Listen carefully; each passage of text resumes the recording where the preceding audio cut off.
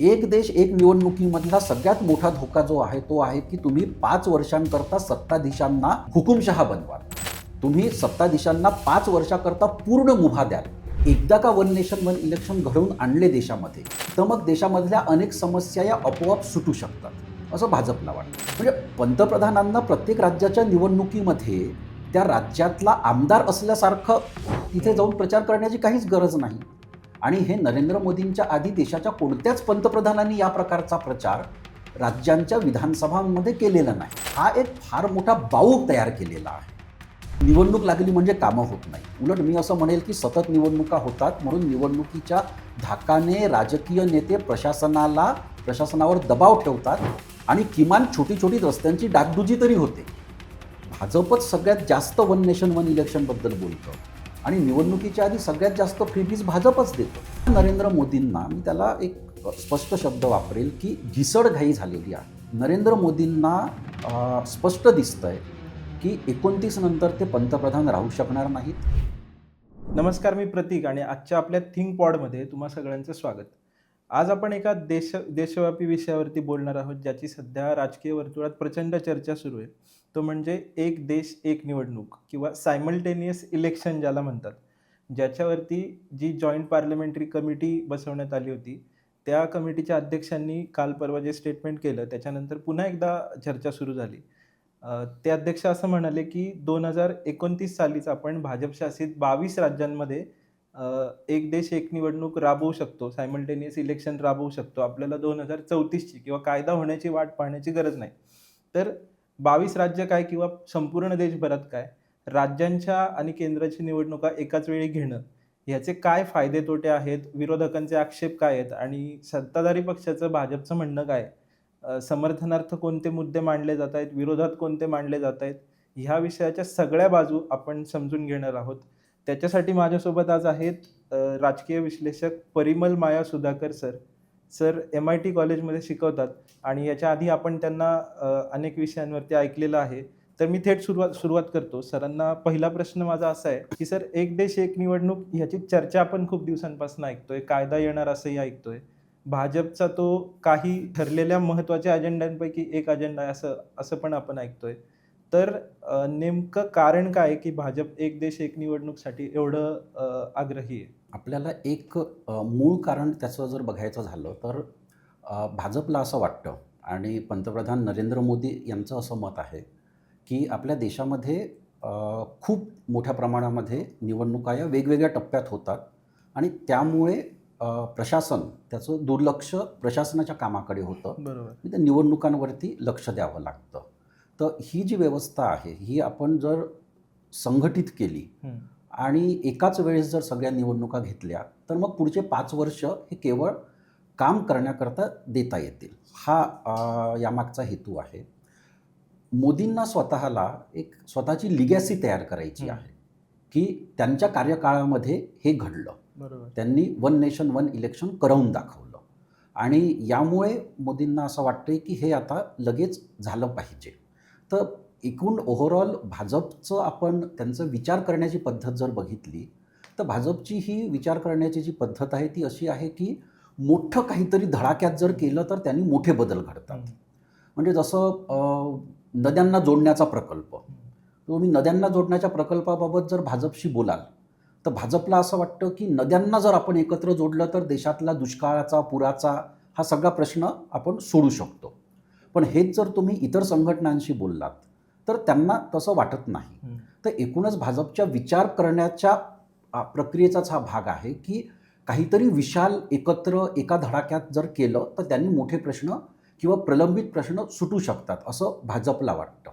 पण आता नद्यांचाच जर प्रश्न आपण घेतला तर नद्यांना जोडल्याने दुष्काळ आणि पूर ह्या परिस्थितीवरती मात करता येऊ शकते हे तत्वतः जरी खरं असलं तरी प्रत्यक्ष अंमलबजावणीमध्ये त्यातनं कित्येक प्रश्न त्यात अनुत्तरित राहतात किंवा नव्याने निर्माण होतात.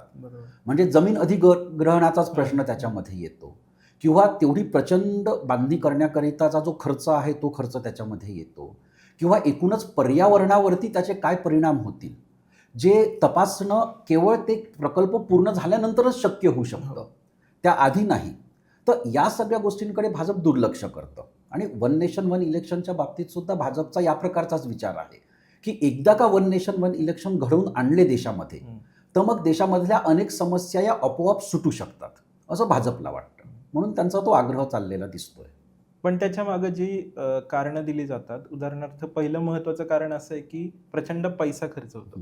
दुसरं एक कारण असं आहे की निवडणुका जेव्हा घेतल्या जातात तेव्हा प्रत्येक वेळी प्रत्येक ठिकाणी देशात कुठेतरी निवडणूक चालू असते आणि जी यंत्रणा आहे जी खरं तर पब्लिक गुडसाठी काम करणं अपेक्षित आहे ती निवडणुकांच्या कामासाठी वापरली जाते. सो हा एक महत्त्वाचा आक्षेप आहे. आणि देशाचे पंतप्रधान म्हणा किंवा त्या त्या राज्याचे मुख्यमंत्री म्हणा ह्यांना पण निवडणुकांमध्ये बिझी राहायला लागतं. तर प्रशासन आणि राजकीय पक्ष यांच्या वेळेचा होणारा व्यय किंवा पैशाचा होणारा व्यय हा जो आक्षेप आहे ह्याच्याबद्दल काय सांगाल? याचं असं कोणतंही गणित अजून मांडलेलं नाही आहे की एकाच वेळेस पूर्ण देशामध्ये लोकसभा आणि विधानसभांच्या जर निवडणुका झाल्या तर त्यातनं होणारा प्रशासकीय खर्च कमी असेल हे दाखवणारं गणित आजपर्यंत कोणीही मांडलेलं नाही आहे. हे केवळ एक व्हिज्युअलायझेशन आहे, बरोबर, पण त्याचं गणित मांडलेलं नाही आहे. म्हणजे याच्यात आपण EVMचाच मुद्दा घेऊ शकतो की देशामध्ये एवढ्या एकाच वेळेस जर निवडणुका एकाच वेळेस जर घेतल्या तर तुम्ही EVM कसं मॅनेज करणार आहात. म्हणजे त्याच्यासाठी EVMचं किती मोठ्या प्रमाणामध्ये प्रोडक्शन करावं लागणार, त्याच्यासाठी किती मोठ्या प्रमाणामध्ये चिप्स बनवाव्या लागणार, त्याच्यासाठी EVM मेंटेनन्सची किती मोठी यंत्रणा तुम्हाला तयार करावी लागणार आणि त्या EVMच्या सुरक्षेची यंत्रणा किती मोठ्या प्रमाणामध्ये तयार करावी लागणार. मग त्यातनं येणारे जे खर्च आहेत ते खर्च आज जो खर्च होतो त्यापेक्षा ते कमी असतील का, अशा प्रकारचं कोणतंही गणित आजपर्यंत कोणीही मांडलेलं नाही. पण जो मुद्दा आहे तो मुद्दा हा येतो की प्रशासनाला आपला बराच वेळ निवडणुकांवरती द्यावा लागतो. त्यात तथ्य आहे, पण हा लोकशाहीचा भाग आहे. माझ्या मते एका राज्याचा जर तुम्ही विचार केला तर एका राज्यामध्ये 5 वर्षामध्ये प्रशासनाला मग निवडणुकांवरती 3 महिने द्यावे लागतात. बरोबर, 1 महिना लोकसभा, 1 महिना विधानसभा, 1 महिना स्थानिक स्वराज्य संस्था. 5 वर्षांमध्ये म्हणजे 60 महिन्यांमधले हे 3 महिने किंवा या 3 महिन्यांना तुम्ही दुप्पट करा, 6 महिने. सो 60 महिन्यांमधले हे 6 महिने जर म्हटलं तर तसा खूप मोठा कालावधी नाही. त्यामुळे हे केवळ एक कारण प्रशासकीय अक्षमतेचं असू शकतं जे दिल्या जातं, पण प्रत्यक्षामध्ये तुम्हाला 60 पैकी 54 महिने प्रशासनाला काम करण्याकरता मिळतात. त्यामुळे या कारणामध्ये सुद्धा मला फार तथ्य दिसत नाही किंवा आकडेवारीमध्ये आपल्याला ते दिसत नाही. बरोबर. राजकीय नेत्यांचा प्रश्न जर घेतला आपण की पंतप्रधानांना प्रचाराला वेळ द्यावा लागतो, मुख्यमंत्र्यांना मंत्र्यांना प्रचाराला वेळ द्यावा लागतो, हा ज्याचा त्याचा वैयक्तिक प्रश्न आहे. म्हणजे पंतप्रधानांना प्रत्येक राज्याच्या निवडणुकीमध्ये त्या राज्यातला आमदार असल्यासारखं तिथे जाऊन प्रचार करण्याची काहीच गरज नाही. आणि हे नरेंद्र मोदींच्या आधी देशाच्या कोणत्याच पंतप्रधानांनी या प्रकारचा प्रचार राज्यांच्या विधानसभांमध्ये केलेला नाही. त्यामुळे एकीकडे असं म्हणायचं की पंतप्रधानांना एवढा वेळ द्यावा लागतो, पण तो तुम्ही कमी करू शकता. तो पूर्णपणे तुमचा वैयक्तिक निर्णय आहे. तुम्हाला ते आवडतं म्हणून तुम्ही ते करता, पण ते केलं पाहिजे असं कोणतंही कायदेशीर घटनात्मक राजकीय बंधन तुमच्यावरती नाही. तर एवढीच जर पैशांची काळजी असेल तर त्या मंत्र्यांनी त्या नेत्यांनी प्रचारावरती त्यांच्या स्वतःच्या प्रचारातल्या सहभागामुळे होणारा जो खर्च आहे तो खर्च कमी केला पाहिजे. आता हा मुद्दा भारतीय जनता पार्टीकडूनच सगळ्यात जास्त मांडला जातो आणि भारतीय जनता पार्टीच सर्वात जास्त निवडणुकीवरती पैसा खर्च करते. जर तुम्ही प्रत्येक पक्षाने मागच्या 10 वर्षांमध्ये 12 वर्षांमध्ये निवडणुकांवरती केलेला खर्च जर बघितला, जो अधिकृतपणे त्यांनी ते ठोकताळे दिलेले आहेत, तर त्याच्यामध्ये भारतीय जनता पार्टी कुठच्या कुठे आहे. म्हणजे भारतीय जनता पार्टी केवळ हेलिकॉप्टर्स जेवढे एका विधानसभेसाठी बुक करते त्याची तुलना तुम्ही कोणत्याही दुसऱ्या राजकीय पक्षासोबत करू शकत नाही. त्यामुळे राजकीय पक्षांचा वेळ आणि राजकीय पक्षांचा खर्च हे त्यांना किती करायचं आहे हे शेवटी त्या राजकीय पक्षावरती आहे. आणि ते एक निवडणूक, एक देश एक निवडणूक, याच्यातनं तो पैसा राजकीय पक्ष कमी खर्च करतील याची सुद्धा कोणतीही तरतूद अशा प्रकारच्या कायद्यामध्ये होऊ शकत नाही. त्यासाठी वेगळे कायदे लागतील. म्हणजे उदाहरणार्थ एक असाच कायदा तुम्ही करा की निवडणुकीच्या दिवशी आणि निवडणुकीच्या आदल्या दिवशी, म्हणजे मतदानाच्या दिवशी आणि मतदानाच्या आदल्या दिवशी कोणताही राजकीय पक्ष आणि कोणताही उमेदवार निवडणुकीची जाहिरात वर्तमानपत्रामध्ये देणार नाही. यातनं किती पैसा वाचेल? प्रत्येक राजकीय पक्षाचा पैसा वाचेल आणि हे आचारसंहितेमध्ये बसणारं सुद्धा आहे किंवा आचारसंहितेमधला हा एक खूप मोठा लूपहोल आहे. कारण मतदानाच्या एक दिवस आधी प्रचार थांबतो, बरोबर. पण तरीही वर्तमानपत्रामध्ये पान भरून जाहिराती येतात. तर हे खरं तर त्या आचारसंहितेच्या विरुद्ध जाणारं आहे. सो एवढ्या छोट्या छोट्या गोष्टी जरी केल्या तरी प्रचंड प्रमाणामध्ये राजकीय पक्षांचा पैसा वाचू शकतो. त्यामुळे तो फक्त एक देश एक निवडणुकीतून वाचेल हे एक गृहीतक आहे आणि जोपर्यंत ते प्रत्यक्ष होणार नाही तोपर्यंत ते गृहीतक आपण टेस्ट पण करू शकणार नाही, त्याची चाचणी पण आपण करू शकणार नाही. त्यामुळे मला असं वाटतं की याच्यावरती जेवढा खल व्हायला पाहिजे, जेवढी चर्चा व्हायला पाहिजे आणि जेवढं सर्वसमावेशक वातावरण तयार करून यावरती निर्णय घ्यायला पाहिजे ते आत्तापर्यंत झालेलं नाही. बरोबर. विरोधकांच्या काही आक्षेपांबद्दल बोलू. पहिला आक्षेप महत्त्वाचा असा आहे की एक देश एक निवडणूक किंवा सायमल्टेनियस इलेक्शन जर झाल्या तर प्रादेशिक पक्षांचं महत्त्व कमी होईल. प्रादेशिक मुद्दे जे राजकारणात येतात त्या तिथल्या स्थानिक लोकांचे, त्यांच्या जगण्यातले, रोजच्या जगण्यातले प्रश्न जे त्या निवडणुकांमध्ये येतात ते येणार नाहीत आणि नॅशनल नरेटिव्ह जो असतो एखाद्या निवडणुकीचा तर तो ह्या सगळ्यावरती डॉमिनेट करेल निवडणुकीच्या पूर्ण प्रक्रियेवरती. असा एक आक्षेप आहे. पण अशी उदाहरणं सुद्धा दिसतात. दिल्ली हे मोठं उदाहरण आहे की एकाच दिवशी एकाच वेळी दोन्ही निवडणुका झाल्या तरी सुद्धा लोक विधानसभा आणि लोकसभा असा फरक करू शकतात, त्याला वेगळा निकाल देऊ शकतात, असं पण दिसतं. दुसऱ्या बाजूला आपण 51 ते 52 ते 67 पर्यंत नॅचरलीच सायमल्टेनियस इलेक्शनच्या प्रक्रियेत होतं असं पण मानलं जातं. तर ह्या दोन वेगवेगळ्या बाजू आहेत. ह्याचं नक्की अन्वयार्थ कसं लावायचा? तर याचा म्हणजे एक तर विरोधकांचा हा जो आक्षेप आहे मला तो काही फारसा मान्य नाही आक्षेप. पण जर आपण फक्त आकड्यांकडे जर बघायचं झालं तर 52 ते 67 या काळांमध्ये एक देश एक निवडणूक या म्हणजे लोकसभा विधानसभा निवडणुका एकत्रच व्हायच्या. तर आता त्यावेळेस काँग्रेसचं वर्चस्व एवढं होतं की आपण 52 आणि 57 आणि 62च्या निवडणुकांचे जर आकडे बघितलेत तर लोकसभेमध्येही काँग्रेस जिंकली आणि विधानसभांमध्येही जवळजवळ सगळीकडे काँग्रेसच जिंकली. त्यामुळे त्या आकड्यांमधून असा अर्थ काढता येऊ शकतो की एकत्र जर निवडणुका झाल्या तर मग जो राष्ट्रीय पक्ष वर्चस्व त्याचं त्यावेळेस आहे त्याचं नॅरेटिव्ह सगळीकडे चालणार आणि ते विधानसभेमध्ये सुद्धा दिसणार असं आपण 62 पर्यंतच्या निवडणुकांमध्ये आपण हे काढू शकतो.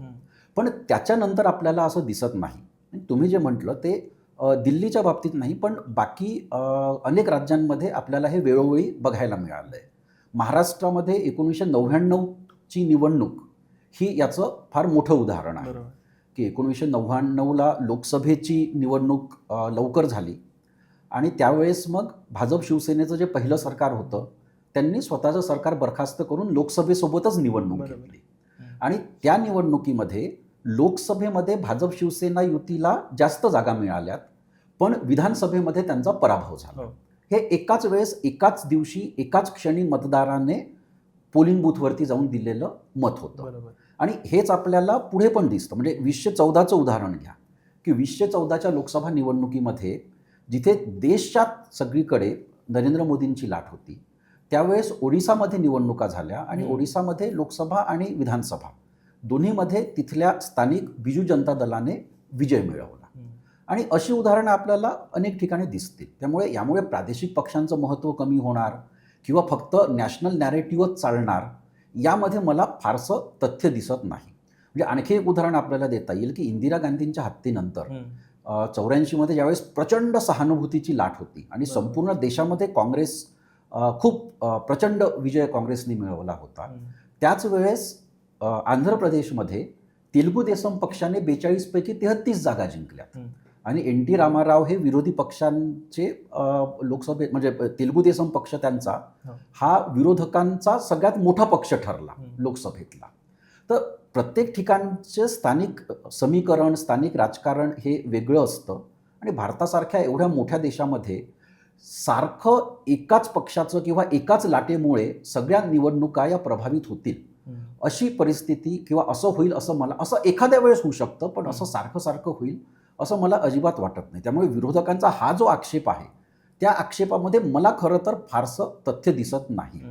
पण संसदीय लोकशाहीचा जर विचार केला आणि इतर एकंदरीतच लोकशाहीचा जर विचार केला तर मला असं वाटतं की वन नेशन वन इलेक्शन हे लोकशाहीवरती घालण्यात आलेलं एक बंधन ठरेल. की लोकशाही ही तुम्ही एवढी रेग्युलेटेड करू शकत नाही. लोकशाहीला तुम्ही इतके नियम आणि इतके कायदे घालू शकत नाही की अशीच निवडणूक झाली पाहिजे, याच वेळेस झाली पाहिजे, इत्यादी इत्यादी. म्हणजे तसं जर असतं तर संविधानकर्त्यांनी याचा विचार हा संविधान निर्मितीमध्येच केला असता. बरोबर. पण संविधान निर्मितीच्या वेळेस त्यांनी तसा विचार केला नाही. त्यामुळे संविधानामध्ये आपल्याला याचा कोणताही उल्लेख आढळत नाही. आणि 52 ते 67 ज्या एकत्र निवडणुका झाल्या त्या केवळ 52 मध्ये एकत्रितपणे निवडणुका सुरू झाल्या म्हणून त्या झाल्या. पण त्यामध्ये खंड हा 57 नंतरच पडत गेला आणि तो आपल्याला दिसतो. तो स्थानिक राजकारण वेगवेगळ्या पद्धतीने तयार झालं आणि त्याच्यामुळे वेगवेगळ्या राज्यांमध्ये कधी एका पक्षाला बहुमत मिळालं नाही, एखाद्या आघाडीला बहुमत मिळालं, ती आघाडी तुटली आणि म्हणून मग तिथे परत निवडणुका घ्याव्या लागल्या. इतर काही कारणांनी राष्ट्रपती राजवटी लागल्यात म्हणून निवडणुका घ्याव्या लागल्यात आणि म्हणून मग ते सर्कल तुटलं. तर ही सुद्धा लोकशाहीचीच प्रक्रिया होती. बरोबर. आणि त्यामुळे हा संसदीय लोकशाहीचा जो मुद्दा आहे तो मुद्दा इथे जास्त महत्त्वाचा आहे की संसदीय लोकशाहीमध्ये दोन बाबी म्हणजे अनेक बाबी महत्त्वाच्या आहेत, पण दोन बाबी त्यामध्ये या कॉन्टेक्स्टमध्ये महत्त्वाच्या ठरतात. एक की जे निवडून आलेले जे लोकप्रतिनिधी आहेत, आमदार किंवा खासदार, त्यांच्यावरती संसदीय लोकशाहीत असं कोणतंही बंधन नसतं की 5 वर्ष त्यांना त्या पदावर राहिलंच पाहिजे. जर 288 आमदारांपैकी 88 आमदारांनी जर ठरवलं आम्हाला राजीनामा द्यायचा आहे, तो एक आमदार असो, 88 आमदार असो, 188 आमदार असो, त्यांनी जर ठरवलं आम्हाला राजीनामा द्यायचा आहे तर ते राजीनामा देऊ शकतात. आणि त्यासाठी वैयक्तिक कारणं असू शकतात, पण राजकीय कारणं त्यामध्ये महत्त्वाची ठरतात. आणि विशेषतः सत्ताधारी पक्षावरती दबाव आणण्याचं एक शेवटचं अस्त्र म्हणून विरोधी पक्ष या प्रकारचं हत्यार उपसू शकतात. आणि त्याचा दबाव येऊन मग शेवटी असं होतं की मध्यावधी निवडणुका घ्याव्या लागतात किंवा राष्ट्रपती राजवट लागू करावी लागते. तर तो मार्ग इथे असणार नसणार आपल्याला माहिती नाही. बरोबर. तर ते एक फार मोठं बंधन विशेषतः अल्पमतातल्या पक्षांवरती आणि आमदार खासदारांवरती यातनं येणार आहे. आता याचंच अगदी एक दुसरं टोक संसदीय लोकशाहीतलं असं आहे की संसदीय लोकशाहीमध्ये संसदीय दलाचा जो नेता असतो, म्हणजे जो पंतप्रधान किंवा मुख्यमंत्री असतो, त्या पंतप्रधान आणि मुख्यमंत्र्याकडे जोपर्यंत त्याच्याकडे सदनातलं बहुमत असतं, लोकसभेतलं किंवा विधानसभेतलं बहुमत असतं, तोपर्यंत त्याच्याकडे हा अधिकार असतो की तो कोणत्याही क्षणी लोकसभा किंवा विधानसभा भंग करण्याची शिफारस राष्ट्रपतींना करू शकतो आणि त्यानुसार मग लोकसभा भंग होऊन नव्याने निवडणुका घेतल्या जाऊ शकतात. म्हणजे वाजपेयींनी 6 महिने आधी निवडणुका घेतल्या, इंदिरा गांधींनी 1971 मध्ये 1 वर्ष आधी निवडणुका घेतल्या, राजीव गांधींनी सुद्धा 4-5 महिने आधी निवडणुका 1989 मध्ये घेतल्या होत्या. तर हे एक हत्यार ज्या पक्षाला किंवा ज्या नेत्याला बहुमत मिळालेलं आहे त्याच्याकडे संसदीय लोकशाहीमध्ये हे एक हत्यार असतं, जे परत महत्त्वाचं याच्यासाठी समजलं जातं की एखाद्या पक्षाला बहुमत मिळालंय पण त्या पक्षाला देशाचा कारभार चालवण्यामध्ये जर अनेक अडथळे येत असतील आणि विशेषतः विरोधी पक्ष जर ते अडथळे तयार करत असतील तर त्या नेत्याकडे, त्या पक्षाकडे परत एकदा लोकांकडे जाण्याचा मार्ग खुला असला पाहिजे.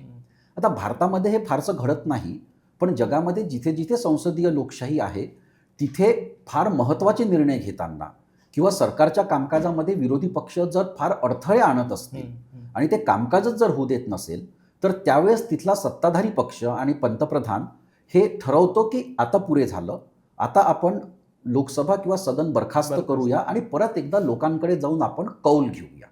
तर मला वाटतं हे संसदीय लोकशाहीमध्ये हे महत्त्वाचं असतं की एकतर अल्पमतातल्या आमदार खासदारांना राजीनामा देण्याची मुभा असली पाहिजे आणि बहुमतातल्या नेत्याला कधीही सदन बरखास्त करून निवडणुका घेण्याची सुद्धा मुभा असली पाहिजे. या दोन्ही गोष्टी अगदी एकमेकांच्या विरोधातल्या आहेत, टोकाच्या आहेत, पण संसदीय लोकशाहीचं ते एक वैशिष्ट्य आहे आणि हे वैशिष्ट्य वन नेशन वन इलेक्शनमधनं जाऊ शकतं. म्हणजे एक देश एक निवडणूक कायदा म्हणजे फक्त एक कायदा करून असं ठरवा की विधानसभा आणि लोकसभा निवडणुका एकाच वेळेस होतील, एवढ्यापुरता तो कायदा मर्यादित नाही. यामध्ये अनेक मुद्दे यामध्ये आहेत की या अंतर्गत समजा 2029 मध्येच जर निवडणुका झाल्यात हो. आणि लोकसभात जर त्रिशंकू आली हम्म. की कोणत्याच पक्षाला बहुमत मिळालं नाही, तर मग काय करणार? हम्म. मग जोडतोडीचं राजकारण होणार. जोडतोडीच्या राजकारणातूनही स्थिर सरकार नाही आलं तर मग काय करणार? मग तुम्हाला लवकर निवडणुका घ्याव्या लागतात, बरोबर. मध्यावधी निवडणुका घ्याव्या लागतात. हो. मग त्यावेळेस तुम्ही राज्यांच्या विधानसभांचं काय करणार? हम्म. असे अनेक मुद्दे याच्यामध्ये आहेत जे अत्यंत महत्त्वाचे आहेत. आणि लोकशाहीसाठी विशेषतः दूरचा जर लोकशाहीचा आपण विचार केला तर हा जो अवकाश आहे, हा जो स्पेस आहे, हा लोकशाहीमध्ये, संसदीय लोकशाहीमध्ये उपलब्ध असणं फार आवश्यक असतं. कारण लोकशाही ही समाजातल्या प्रक्रियांचं लोकशाहीमध्ये त्याचं प्रतिबिंब पडत असतं, त्याचं प्रतिनिधित्व होत असतं. आणि समाजामध्ये ज्यावेळेस घर्षण होतं, समाजामध्ये ज्यावेळेस समीकरणं बदलायला लागतात, त्यावेळेस राजकीय समीकरणं सुद्धा बदलायला लागतात. आणि मग एका पक्षाचं बहुमत जातं, पण लगेच दुसऱ्या पक्षाला बहुमत मिळेल हे आवश्यक नसतं. कारण ती सामाजिक बदलावाची जी परिस्थिती आहे ती बरीच वर्ष चालू शकते. आणि ते आपण भारतामध्ये सुद्धा बघितलं आहे की भारतामध्ये 1989 ते 2014 हा आपल्याकडे आघाड्यांचं सरकार, युतींचं सरकार, त्याचा काळ होता. तो का होता? कारण सामाजिक समीकरणं त्या पद्धतीने बदलत होती. तर हाच वन नेशन वन इलेक्शनमध्ये तुम्ही ती सामाजिक समीकरणं तुमच्या लोकशाही पद्धतीमध्ये, तुमच्या निवडणुकांमध्ये त्याचे प्रतिध्वनी उमटणारच नाही याची खात्री तुम्ही देऊ शकत नाही. आणि याच्यातनं एक फार रिजिड व्यवस्था तयार होईल, जी रिजिड व्यवस्था संपूर्ण लोकशाहीला ती उलटी पाडू शकते. त्यामुळे म्हणजे याचा धोका हा आहे, एकच नॅरेटिव्ह चालेल आणि केंद्रातल्या पक्षाचाच स्थानिक विधानसभांमध्ये त्यांना परत कौल जाईल, मला तसं वाटत नाही. ते मतदार फार समजदार आहेत आणि ते एकाच वेळेस ते फरक करू शकतात की लोकसभेत कोणाला द्यायचं आणि विधानसभेत कोणाला द्यायचं. पण हे जे भाजपचं म्हणणं आहे की एकंदरीत सगळे समर्थनाचे मुद्दे जर लक्षात घेतले तर असं दिसतं की टू मच पॉलिटिक्स हा असा आपला प्रॉब्लेम झालेला आहे. म्हणजे सतत निवडणुकांच्या मूडमध्ये असणं, मग कोड ऑफ कंडक्ट असतात, मॉरल कोड ऑफ कंडक्ट असतात, आणि मग त्याच्यासाठी प्रशासकीय कामांमध्ये येणारे अडथळे असणं, हा जो प्रॉब्लेम आहे हा खरा प्रॉब्लेम आहे. म्हणजे तो भाजपने सांगितलेला असला किंवा नसला तरी खरा प्रॉब्लेम आहे असं अनेकांचं म्हणणं आहे. आता हा जो प्रॉब्लेम आहे तर नक्की ह्याच्यावरचं जर वन नेशन वन इलेक्शन हे सोल्युशन नाही आहे असं आपण गृहीत धरू, तर तुमच्या मते काय सोल्युशन? नाही, माझ्या मते हा प्रॉब्लेम आहे, पण हा एवढा मोठा प्रॉब्लेम नाही की तुम्ही लोकशाहीला एवढं साचेबंद करा. माझं म्हणणं असं आहे की ही समस्या आहे, त्याच्यावरती वेगळा उपाय शोधला जाऊ शकतो. पण तुम्ही लोकशाहीला प्रचंड साचेबंद जर केलं तर त्यातनं समाजाचं आणि देशाचं होणारं नुकसान हे प्रचंड नुकसान आहे. म्हणजे ते देशाची संविधानात्मक चौकटच ते मोडून टाकू शकतं, तेवढं मोठं ते नुकसान आहे. प्रशासनाचा वेळ जातो आणि प्रशासकीय खर्च होतो. याकरता फक्त तेवढ्यापुरता जर आपण विचार केला तर ते जास्त चांगलं होऊ शकेल की त्यामध्ये आपल्याला काय करता येऊ शकतं. आणि त्यामध्ये परत काय होतं की आपण जेव्हा विचार करतो त्यावेळेस आपल्याला असं वाटतं की अरे बिहारमध्ये निवडणुका होत आहेत, अरे उत्तर प्रदेशमध्ये निवडणुका होत आहेत, अरे तमिळनाडूतही निवडणुका होत आहेत, वेगवेगळ्या टप्प्यावर होत आहेत. महाराष्ट्रावर त्याचा काहीच परिणाम नाही. महाराष्ट्रातल्या सरकारवर त्याचं काहीच बंधन नाही, केंद्र सरकारवर सुद्धा त्याचं काहीच बंधन नाही. मागच्या 12 वर्षांमध्ये नरेंद्र मोदी सरकारचेच अनेक असे निर्णय आपल्याला दाखवता येतील ज्यावेळेस एखाद्या राज्यामध्ये आचारसंहिता लागू झालेली आहे, निवडणुकीचं शेड्यूल लागू झालेलं आहे, त्यावेळेस सरकारने महत्त्वाचे निर्णय घोषित केलेले आहेत. तर केंद्र सरकारवरती त्याचं त्या पद्धतीने काहीच बंधन नाही. किंवा ज्या लोककल्याणकारी योजना असतात, विधानसभा निवडणुकीच्या आधी महिलांना 1500 रुपयेचा हप्ता गेला. स्थानिक स्वराज्य संस्था, महानगरपालिका निवडणुकांच्या आधी महिलांना निवडणुकीच्या 2 दिवस आधी की 1 दिवस आधी 2 महिन्यांचे पैसे एकत्र गेले. म्हणजे ज्याला तुम्ही लोककल्याणकारी योजना म्हणता त्यात आचारसंहिता तुमच्याच राज्यामध्ये तुमच्याच निवडणुकांसाठी लागू असताना त्या योजना तर लोकांपर्यंत पोहोचत आहेत, त्याला तर कुणीच अडथळा आलेला नाही. मग कोणता अडथळा आहे? अडथळा काय आहे की तुम्ही नव्या योजना घोषित करू शकत नाही. ठीक आहे ना, त्या 2 महिन्यांमध्येच तुम्हाला अशा कोणत्या नव्या योजना घोषित करायच्या आहेत? आणि अगदीच ज्यावेळेस आणीबाणी असते त्यावेळेस कोणतंही सरकार ते करतं. त्यामुळे एखादा फ्लायओव्हर त्याचं तुम्हाला उद्घाटन करायचं आहे किंवा एखादं सभागृह बांधायचं आहे त्याची पायाभरणी करायचं आहे, या गोष्टी निवडणुकीची आचारसंहिता लागू झाल्यानंतर होत नाही. पण बाकीची कामं सगळी तशी सुरू राहतात. त्यामुळे हा एक फार मोठा बाऊक तयार केलेला आहे की निवडणूक लागली म्हणजे कामं होत नाहीत. उलट मी असं म्हणेल की सतत निवडणुका होतात, म्हणून निवडणुकीच्या धाकाने राजकीय नेते प्रशासनावर दबाव ठेवतात आणि किमान छोटी छोटी रस्त्यांची डागडुजी तरी होते, काहीतरी बरं. कामं होतात. ओके. एक देश एक निवडणुकीमधला सगळ्यात मोठा धोका जो आहे तो आहे की तुम्ही 5 वर्षांकरता सत्ताधीशांना हुकुमशहा बनवाल. तुम्ही सत्ताधीशांना 5 वर्षाकरता पूर्ण मुभा द्याल की आता 5 वर्ष कोणतीच निवडणूक नाही देशामध्ये, त्यामुळे देशाच्या पंतप्रधानाने जसं हवं तसं करावं. म्हणजे याचं आता मोठं उदाहरण जर द्यायचं झालं तर या सरकारने फार्म्स लॉज आणले होते, 3 कृषी कायदे आणले होते. ते संसदेमध्ये कोणत्या पद्धतीने आणले तेही आपण बघितलं. कोविड काळात ते आणले की ज्यावेळेस सगळा देश ठप्प पडलेला आहे आणि विरोधक संसदेमध्ये प्रचंड विरोध करत आहेत, त्यावेळेस ते सिलेक्ट कमिटीकडे न पाठवता ते त्यांनी बहुमताच्या जोरावरती आणले. त्याच्या विरुद्ध 8 महिने शेतकऱ्यांनी आंदोलन केलं. 8 महिने सरकारने त्या आंदोलनाकडे पूर्ण दुर्लक्ष केलं. ज्यावेळेस मागची उत्तर प्रदेश आणि पंजाबमधली विधानसभा निवडणूक आली, त्याच्या आधी सरकारने हे कायदे पारित झालेले, कायदे नोटिफाय झालेले, त्यांनी ते खारिज केले. ते म्हणाले की आम्ही हे कायदे आता रद्द करतोय. हा आंदोलनाचा धाक सरकारला पुरला नाही, निवडणुकांचा धाक सरकारला पुरला. त्यामुळे लोकांनी काय म्हटलं की तुम्ही आमच्या आंदोलनाला भीक घालत नाही, मग निवडणुकीमध्ये आम्ही तुम्हाला मतं घालणार नाही. तर हा जो एक चेक अँड बॅलन्स राजकीय पक्षांवरती असतो, तो वन नेशन वन इलेक्शनमध्ये पूर्णपणे जाणार. आणि अशी आपल्याला आणखी अनेक उदाहरणं देता येतील की 2015मध्ये म्हणजे नवं मोदी सरकार होतं, त्यावेळेस त्यांनी जमीन अधिग्रहण कायद्यामध्ये दुरुस्त्या त्यांनी आणल्या. त्याच्यासाठी तब्बल 3 अध्यादेश काढले, कारण त्यांच्याकडे राज्यसभेत बहुमत नव्हतं, तर तो कायदा पारित करता येत नव्हता. पण तो त्यांना करायचाच होता, म्हणून त्यांनी 3 अध्यादेश काढले, तब्बल 3 अध्यादेश काढणं हीच दुर्मिळ घटना असावी लागते. पण त्यांनी एकामागोमाग अध्यादेश काढले, कारण राज्यसभेत बहुमत नव्हतं. बिहारच्या निवडणुका आल्या आणि बिहारच्या निवडणुकांच्या आधी त्यांनी तो अध्यादेश मागे घेतला. बरोबर. तर लोकांच्या दबावाखाली तो शेवटी त्यांना मागे घ्यावा लागला. पण यात जर बिहारच्या निवडणुका 2015मध्ये नसत्या तर जमीन अधिग्रहण कायद्यामधल्या दुरुस्त्या या सरकारने रद्द केल्या असत्या किंवा त्यामध्ये नवे बदलाव केले असते. आणि ज्याला शेतकऱ्यांचा विरोध होता, ज्याला देशातल्या अनेक संघटनांचा विरोध होता. तर वन नेशन वन इलेक्शनमधला हा सर्वात मोठा धोका आहे की तुम्ही 5 पैकी 4.5 वर्ष तुम्ही हुकुमशहा बना. 2 मला एकतर एकदम ठळक कॉन्ट्रडिक्शन्स दिसत आहेत सगळ्या आर्ग्युमेंट्समध्ये. एका बाजूला असं म्हटलं जाते की जास्त सतत निवडणुका म्हणजे खूप जास्त पॉप्युलिस्ट पॉलिटिक्स, फ्रीबीज देणं असेल किंवा निवडणुकांच्या आधी लोकांच्या खात्यात थेट पैसे जमा करणं असेल. हे आपण मध्य प्रदेशात पाहिलं, महाराष्ट्रात पाहिलं, अनेक ठिकाणी पाहतोय आणि ते सगळेच सरकार करतात असं दिसतंय. आणि एका बाजूला असं म्हटलं जातं की जास्त निवडणुका म्हणजे जास्त अकाउंटेबिलिटी सुद्धा आहे. तर हे 2 एकमेकांच्या पूर्णपणे विरोधात असलेले मुद्दे आहेत. आता हे कॉन्ट्रडिक्शन कसं नक्की, याचा काय अर्थ लावायचा?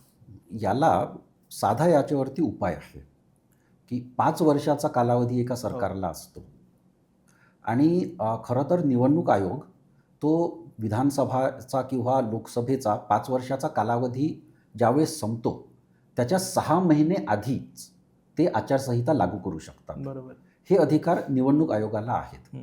त्यामध्ये कायद्यात तुम्हाला अशीही दुरुस्ती करता येऊ शकते की विधानसभेचा किंवा लोकसभेचा कार्यकाळ संपायच्या 6 महिने आधी किंवा 8 महिने आधीपर्यंत तुम्हाला ज्या घोषणा करायच्या आहेत त्या लोकप्रिय घोषणा तुम्ही करा, पण त्यानंतर तुम्हाला या प्रकारच्या घोषणा करता येणार नाहीत.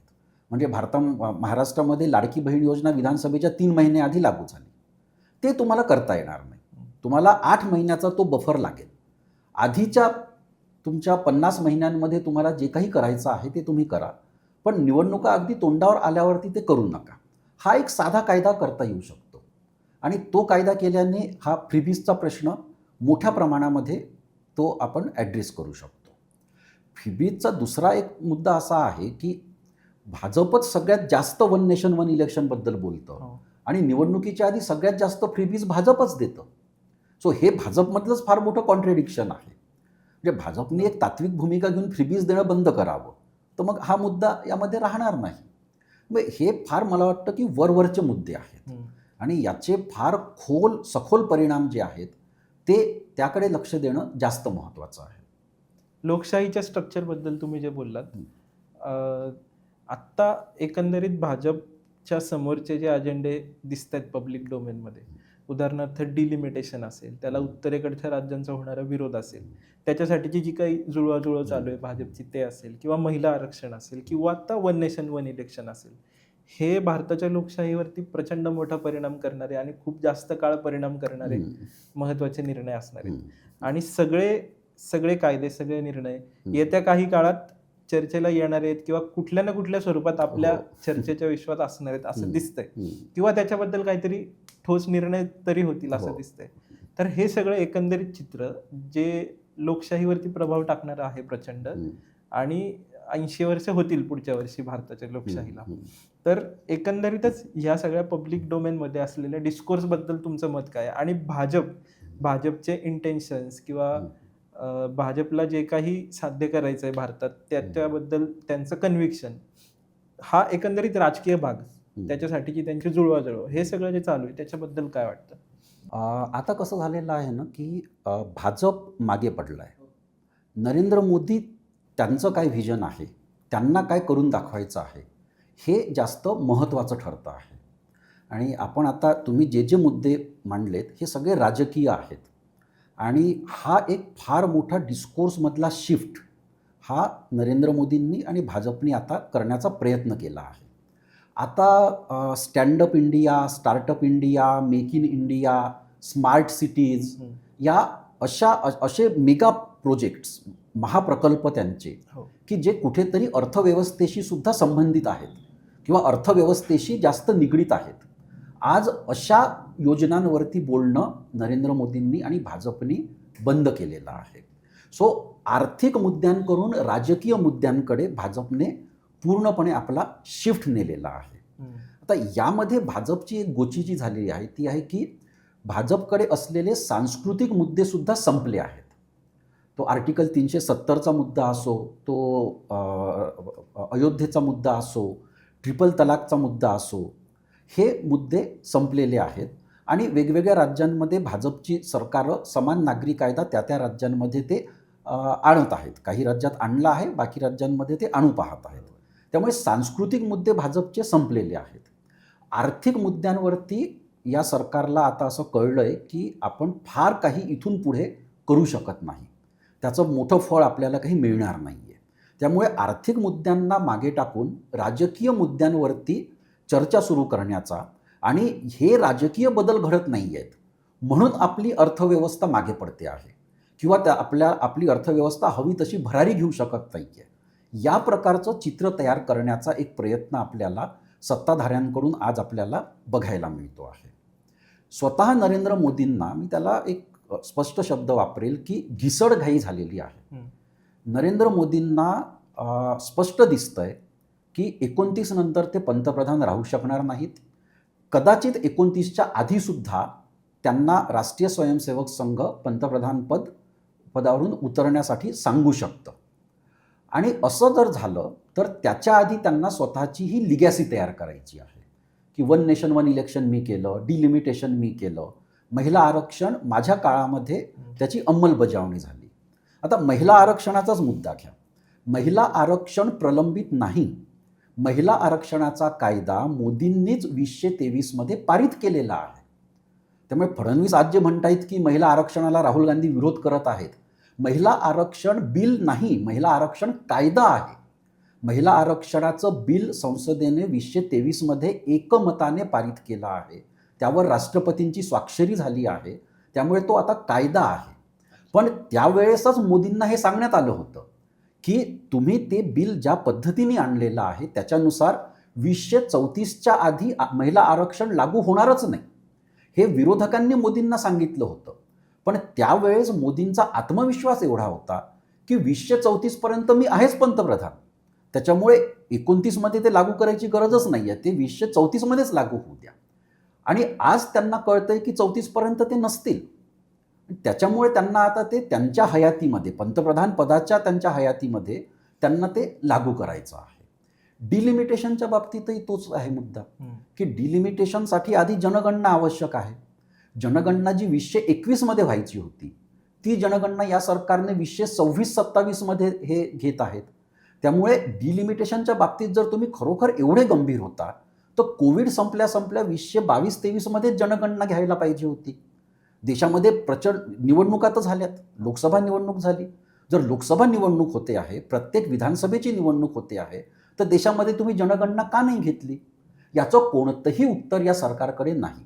डिलिमिटेशन जनगणनेशी पूर्णपणे निगडीत आहे. जनगणनेशिवाय ते होऊ शकत नाही. त्याच्यामुळे हे सगळं आता काहीही करून 29च्या आधी आम्हाला करायचं आहे. हे आता मोदी सरकारला त्याची ही घाई झालेली आहे. आणि यातनं हेही दिसतं की आता मोदी सरकारसमोरचा आर्थिक त्यांचं व्हिजन संपलेलं आहे. सांस्कृतिक मुद्दे त्यांचे संपलेले आहेत. आणि विशेषतः देशातल्या जनसामान्यांना आता हे आतमधून कुठेतरी जाणवायला लागलंय की सांस्कृतिक मुद्द्यांवरती आपण भाजपला पाठिंबा तर दिला, पण त्यातनं माझ्या राहणीमानामध्ये काय फरक पडला?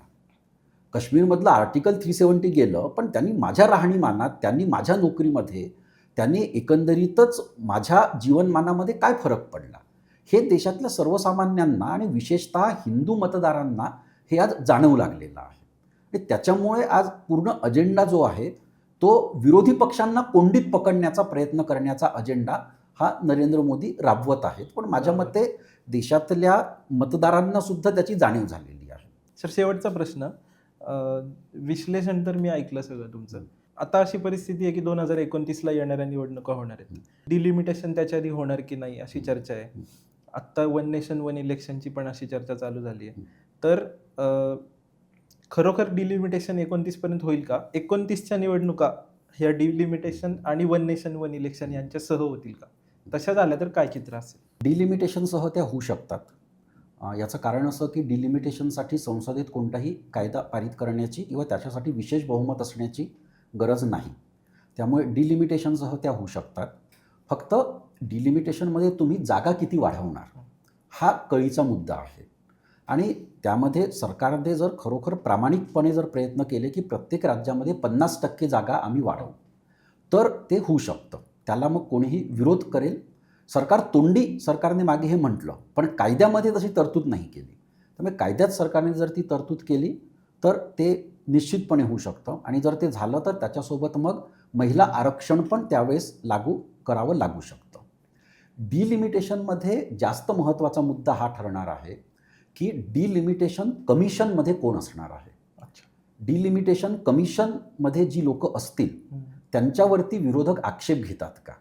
ती लोक अशी असतील का की ज्यांची इम्पेकेबल क्रेडिबिलिटी आहे, की ज्यांच्या निष्पक्षतेवरती कोणालाच प्रश्नचिन्ह नाही, अशी लोक त्या डिलिमिटेशन कमिशनवरती असतील का?